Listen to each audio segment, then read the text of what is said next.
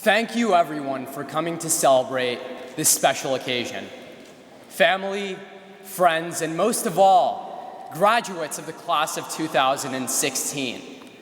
I'd like to extend a warm welcome to Bishop James Francis Checchio, Father John Alvarado, pastor of Sacred Heart Church, the Brothers of the Sacred Heart, Mr. Lawrence Walsh, president of St. Joseph High School, Mr. Justin Fleetwood, principal of St. Joseph High School, and of course, the St. Joseph faculty and staff. I speak on behalf of all of my fellow classmates when I say that your presence truly means a great deal to all of us. Everyone in this church tonight has played a key role in making possible this long journey to success.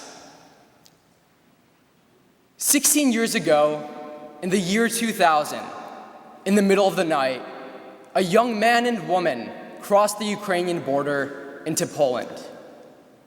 In the early morning, they arrived at Warsaw Airport, signed in at registration, and boarded a plane to a far-off city, a distant place they'd only ever heard of, called New York. They left behind everything that they called home. They left because they were brave enough to embrace the uncertainty of starting over, brave enough to embrace the why of a new life. They left because this willingness to ask why gave them a sense of purpose, the pursuit of opportunity, the pursuit of progress, the pursuit of a better life for themselves and for their 2-year-old son, in a magical place known as America, a beacon of hope and possibility for so many before them. Their 2-year-old son was me. 16 years later, I stand today, conscious that my parents' ability to have questioned their circumstances is what makes my life today even possible. Mindful that my story is part of the larger American story, and aware that many of your parents, grandparents, and ancestors too had the courage to question where and why they were in life. It is because of their simple courage that we sit in these pews today. During the past 4 years, classes might have been challenging, and homework might have been long. But here at St. Joe's, we were blessed with a sense of certainty, a feeling of knowledge that our future, no matter what happened, on a day-to-day basis, was secure. And despite how much we are inclined to say that this graduation, that our sitting here is our own achievement, we owe our sense of comfort to those who came before us, to those who had the courage to ask a simple question intrinsic to human nature. Why? Why? Going to high school for us as students was a predefined path, a structured path we had to follow. But it took place at St. Joe's only because of our predecessors who made it possible. It took place at St. Joe's only because in 1901, Brothers Stanislas Florent and Louis Fabian asked why Metuchen, and only because of the other brothers of the Sacred Heart who made our journey here possible, to whom we say thank you for this incredible opportunity. Thank you for everything. Over the course of the last 4 years, we've had the chance to do as all of these forebearers did, to change our paths through high school with every decision, to make progress in our lives by asking why. And it is only by asking why that we allow ourselves to make progress rather than create meaningless motion in our lives.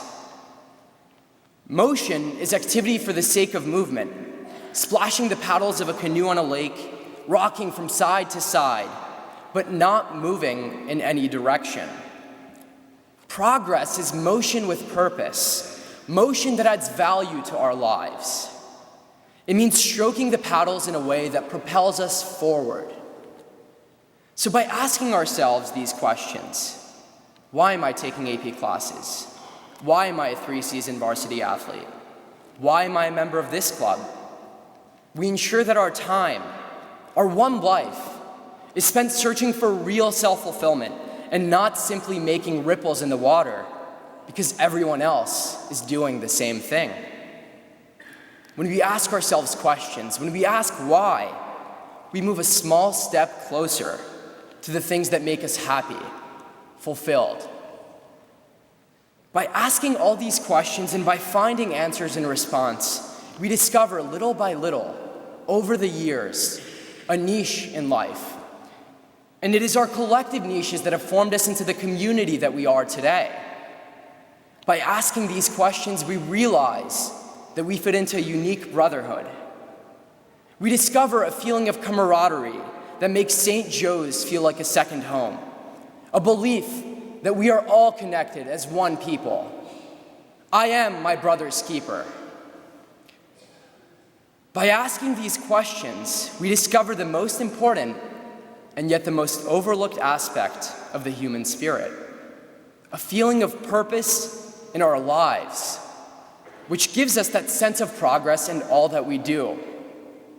At the start of high school, that progress might have been the assignments we were given, the things we had to do. Second period was at 8:45, lunch at 11:21. We had to take this standardized test, go to that practice, and attend that game. But as the years went on, as we became sophomores and then juniors, we had more freedom to ask why. In the academic path we took, in the activities that we did, and in the way we connected with all those around us. The beautiful thing about life is that all of these choices come with more questions. With every decision we make, we might become more uncertain about the path that we hope to find in our lives in the first place. And before we know it, we sit at graduation, waiting to hear our names called, waiting to receive our diplomas, realizing that for all the time we've spent finding answers for each time we asked why at St. Joe's, we leave high school with 10 times as many questions as we ever found answers. Whether about our concentrations in college, our future career paths, or about our relationships with the people we leave behind as we move on to an entirely new phase of our lives. And that is entirely okay, because only by asking these questions at all, why this major, why this job, do we come to realize that progress, in whatever form it may take, means something entirely different for every single one of us. Just as my parents asked why they shouldn't remain behind in Ukraine, just as the brothers asked why they should branch out to America, and just as your parents asked why St. Joe's, so we must embrace the why of our lives and never forget to continue asking questions, no matter how many answers we are able to find or how many more questions they lead us to. The past 4 years have been an absolute pleasure and privilege. I wish you all the best of luck and all that you choose to pursue. Thank you so much for everything. Good evening. Before I begin, I'd like to first thank God, our Heavenly Father, for gathering us here all today. Our parents, who gave us this opportunity, Bishop James Checchio, Brother Mark Hilton, all the brothers, teachers, and you, graduates and friends, for providing this foundation on which we stand in this moment. 2 years ago, I was one of 12 young men on a trek in the Sangre de Cristo mountain range, deep in the valleys of New Mexico. It was day 11 of our trek, 84 miles backpacking in the wilderness, and we were on the summit of this mountain called Mount Phillips, deep in the middle of nowhere. Now, there are a lot of emotions that come with standing on the summit of a mountain. There's triumph, fulfillment, and pride. Yet beyond that, on this day, I felt, even though I was in the middle of literally nowhere, a weird sensation of being at home. You see, on this mid-July afternoon, 9,000 feet above sea level, half of our 12 guys had run out of water. We were miles away from the next base camp. Water is life and death in the backcountry, and we deemed ourselves doomed. Yet that day, I saw why our team of backpackers was more than just a group of 12 young men, and why we deserved to be on top of that mountain. Our youngest, smallest backpacker, he was about yay tall, was the first one. He takes out his personal Nalgene water bottle, and he and the rest of us who have water apportioned it among those who didn't have water, so each of us had just enough water to get back down the mountain the next day. Now, of course, this hiking expedition is in many ways an allegory of what our community here at St. Joe's has been. We're brothers who have always had each other's backs. We've made it through what seems like insurmountable circumstances together. We have laughed and cried, worked and procrastinated, fallen and persevered, and here we are, maybe surprisingly, still together. Yet beyond brotherhood, those 12 scouts and all of us graduates share something deeper. We dared to ask why in our darkest hour. It doesn't matter if you're that solitary hiker on a mountain peak in the middle of nowhere, or if you're someone who's never hiked before, standing here at the metaphorical peak of your high school career. Ask it. Go ahead. Why have we made it this far? Why are we together? And why does our journey matter? These last 4 years, we've tried to answer these questions and come up with answers based on our community, based on our brotherhood.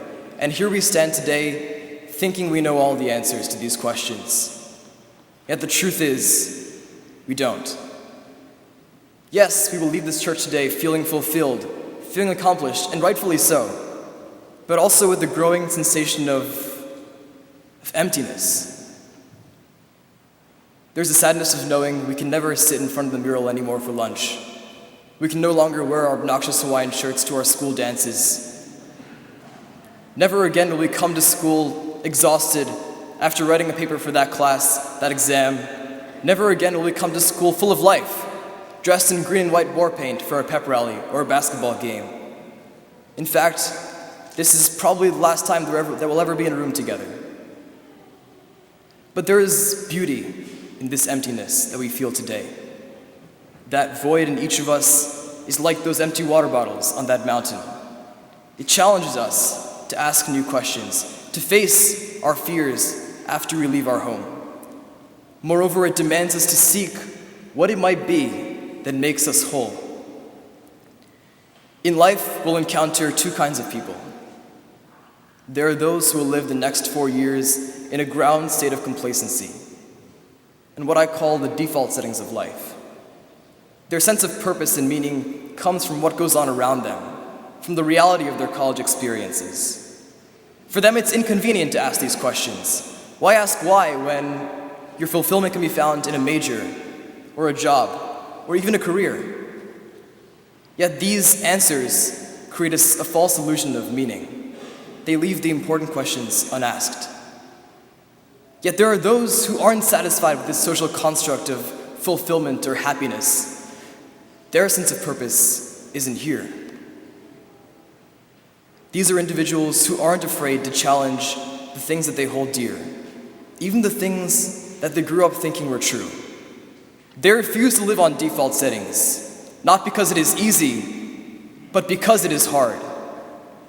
In these next 4 years, graduates, our greatest enemy is indifference. It's complacency, that feeling that we know all there is to know. No. To fill our emptiness, to find what makes us whole, we have to turn off those default settings and embrace the questions that no one else will demand of us, but that we must demand of ourselves. Why do you lead? Why are you who you are? Why do we trust? Why do we believe?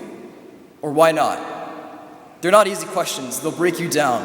They'll beat you into the dust, but you'll come back every time stronger, because they're questions that create you when no one else can. In the storm of uncertainty that we feel today between classes and events, between majors, concentrations, housing forums, there's a peace in this emptiness, in this uncertainty. Because we're empowered by the sum total of questions that we ask ourselves. Not because we demand answers to them, no, but because from the questions themselves, we create meaning. We create our character.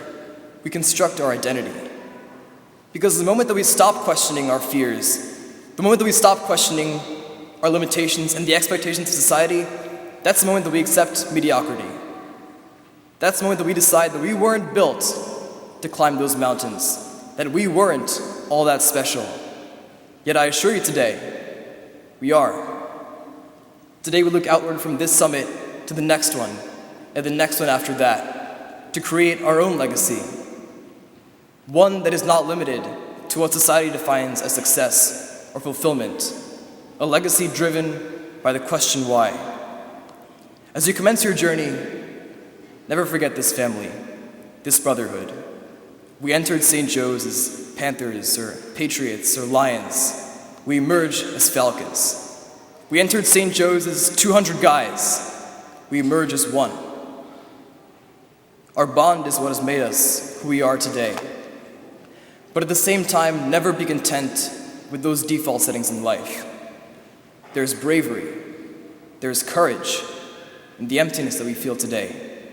For it is in the moments that when we're weighed down by expectations, limitations, frustrations, it is in the moment that we are alone on our own mountain, without water, that solitude and solidarity find us once again, as individuals and as brothers.